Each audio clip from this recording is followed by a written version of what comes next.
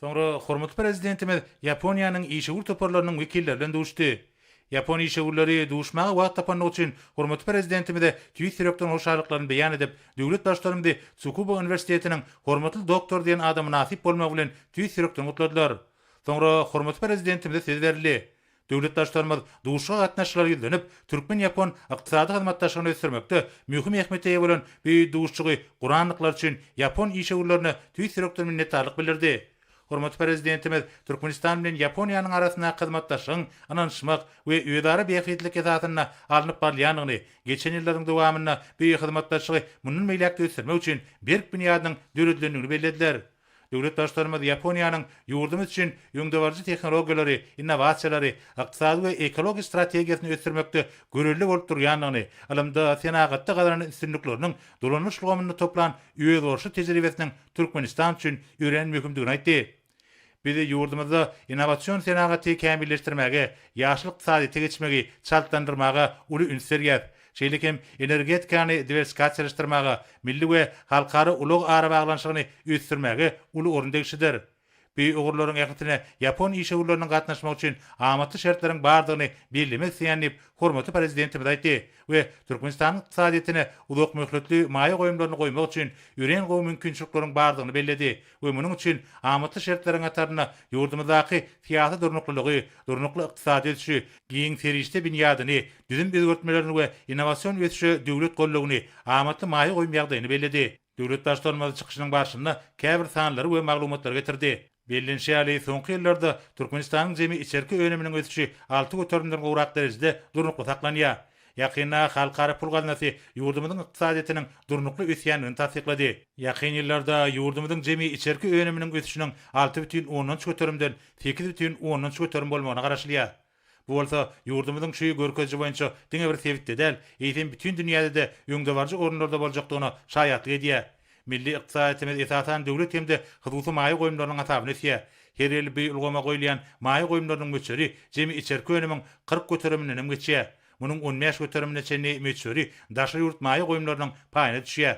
Ýurdumyzyň senagat innovasiýon ösüşi maýa goýumlarynyň umumy möçeriniň 65 götürümden gowragynyň öýrençik budugyna gönükdirilmegi arkaly üpçendirýär.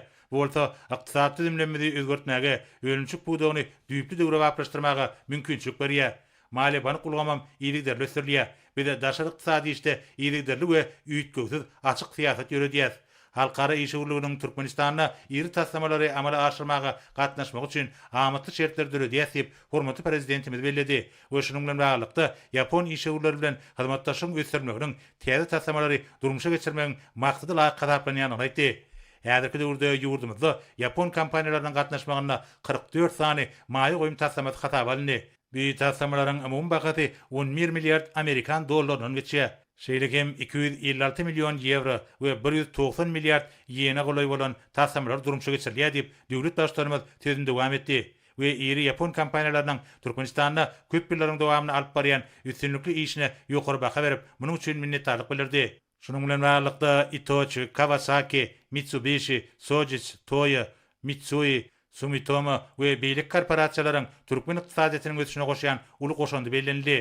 Soňky ýyllarda Yapon kompaniýalarynyň gatnaşmagyna Türkmenistanda iri senagat tesgalary işe girildi. Olardan Garaboguzdaky ammiak we karbamid öndürýän gaz himi toplamyny, Gynlydaky polimer zawodyny, Owdenipedaky TV gazdan benzin öndürýän zawody we Çäje utrarandaky gaz turbinaly elektrik stansiýasyny görkezmek bolar. Kamatsu ýergaz tenkalarynyň şeýlegem Toyota kysymly awtoroklaryň ýurdumyza getirilýänini bellemek diýenip hormatly prezidentimiz aýtdy. Bu işlere Yaponiýanyň hökümet idaralarynyň ykdysadyet, töwda we senagat ministrliginiň, Yaponiýanyň halkara hyzmatdaşlyk bankynyň hemde eksport we maýa goýumlaryny ähtiýaçlandyryş Yapon agentliginiň ýardym berenligini bellemek gerek diýip hormatly prezidentimiz aýtdy. We Türkmenistanyň uluk möhletli maýa goýumlaryny goýmak we netijeli hyzmatdaşlyk etmek üçin Yapon işgurlaryny ähli şertler döretmäge taýýardygyny tasdiklady. Döwlet başlarymyz energetika, ulug we logistika pudoklaryny ýurdumynyň ykdysadyetiniň elektriýan gonlarynyň ataryna belledi. Şeýlegem ýokary tehnologiýaly we ekologiýa taýdan arasynda öýrençilikleriň, bu terişleri ulgamly döwre gaplaşdyrmagyň we hünärmenler taýýarlamagyň möhüm ähmiýeti bellendi. Uluk möhletli geljegi gödüňnetip Yapon işgurlar toparlary bilen hyzmatdaşlyk etmek üçin bir näçe anyk teklifimizi beýan etmek isleýänip hormatly prezidentimiz aýtdy. Birinji, Türkmenistan'ın bağlarına Yapon texnologiyalarını ve önümlerini, ayrıca maşin kuruluşu, elektroenergetika ve himi sanatı alıp udoklarda ornaştırmağa tayyardır. İkinci, bizim yurdumuz tutuq şetleyici ve arasarayıcı qarınları qaytadan işlemek, yaşıl ve vodorod energetikası boyunca bütün Yapon texnologiyalarını ornaştırmağa gıdıqlanıyor. Üçüncü, Türkmenistan'da kiçik ve orta Yapon kärhanalarının işi urluğu alıp barmak, şeylekem Japonya'da Türkmen kärhanalarının iş alıp barmak mümkünçülüğünü öğrenmeyi teklif ediyenip devlet başlarımız sözünü devam etti. Ve Türkmenistan'ın büyük teklifleri ara alıp maslahatlaşmağa tayyardığını, iqtisadi ve işi ur hizmetdaşlığı anamlı meyilleştirmek için yurdumuzda ähli şertlerin bardığını aytdı. Hormatly prezidentimiz portatdan peýdalanıp Yapon işgörlerini Türkmenistan'ın hemişelik bir taraflığının 30 ýyllygy münasibetli Aşgabatda geçirecek halkara forumuna hormatly mehman hökümine gatnaşmaga çağırdy. Çykyşyň ahyrynda döwlet başlarymyz Türkmenistan bilen Yaponiýanyň arasyndaky hyzmatdaşlyk gatnaşyklarynyň mundan meýlekde ösdüriljekdigini, ýurdumyzda Yapon işgörleriniň geljekde de uly tassamalary giňden gatnaşykdyklaryny anan bildirip, şu duşy guranyklar üçin Yapon tarapyna ýene däwregedek minnetdarlyk bildirdi. Hemde duşy gatnaşyklara netijeli hyzmatdaşlygy arzu etdi.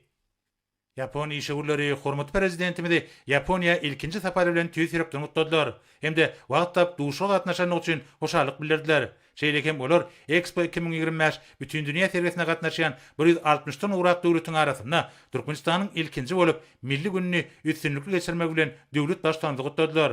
Yapon işgörleri Türkmenistanyň Expo bütün dünýä sergisiniň geçirijek şeker saýlanýan döwrüne Osaka şekeriniň dalaşgärligini ilkinjileň gataryna gollandygy, soňra ilkinji bolup milli pavilyonyny gurmak barada haýyşnama bereni üçin hoşallyklaryny beýan etdiler. Bellenşýäli Türkmenistanyň köp ýyllaryň dowamyna daşar tiýadatda ýeten tepkitlerini Yaponiýada uly hormat goýulýar. Hormatly prezidentiň başçylygyna Türkmenistan tiýatda, ykdysadyatda we durmuş ulgamyna uly ötüşler gadandy. İşe toparlanan vekilleri Türkmenistan'a häzirki wagtda tenagat ulgamyny ösdürmäge we infrastrukturany döwre wagtlaşdyrmaga, sirkulýar ykdysadyata geçmäge we galynlary gaýtadan işlemege uly üns berilýändigini, munyň bolsa Türkmenistanda daş gurşagy goramak meselesine jogapkärçilikli çemberleşmäniň aýdyň subutnamasyny bellädiler we burada Yapon kompaniýalarynyň hyzmatdaşlyk etmek babatda täze başlangyçlary we teklipleri öňe sürjekdiklerini anan bildirdiler. Yapon tarapy diňe bir öz teňkelerini we öňde bar çözgüklerini eksport etmek bilen çäklenmän, ýa-da Türkmenistana öndürilýän önümleriň importyny ösdürmäge de gyzyklanma bildirýänliklerini aýtdylar. Yaponiýanyň işi toparlarynyň wekilleri ugurlaryň giň gerim boýunça birlikdäki tassamalary durmuşa geçirmek üçin uly mümkinçilikleriň bardygyny belläp, Yapon kompaniýalarynyň Türkmenistana netijeli iş alyp barmak wagtynda döredilýän şertler üçin hormatly prezidentimize hoşallyk bildirdiler. İşgörler hormatly prezidentimizin Yaponiýa şugadaki saparynyň iki tarapdan hyzmatdaşlyk ösdürmek boýunça gadandan alaşyklary durmuşa geçirmekde möhüm ädim bolanyna bir önem bildirip, Yapon kompaniýalarynyň iki ýurduň arasyndaky işgörlügi ösdürmek üçin mundan meýlekde tagalla etjekdiklerini anandylar we şunu Türkmen tarapynyň gollawlaryna bil baglaýanlyklaryny aýtdylar.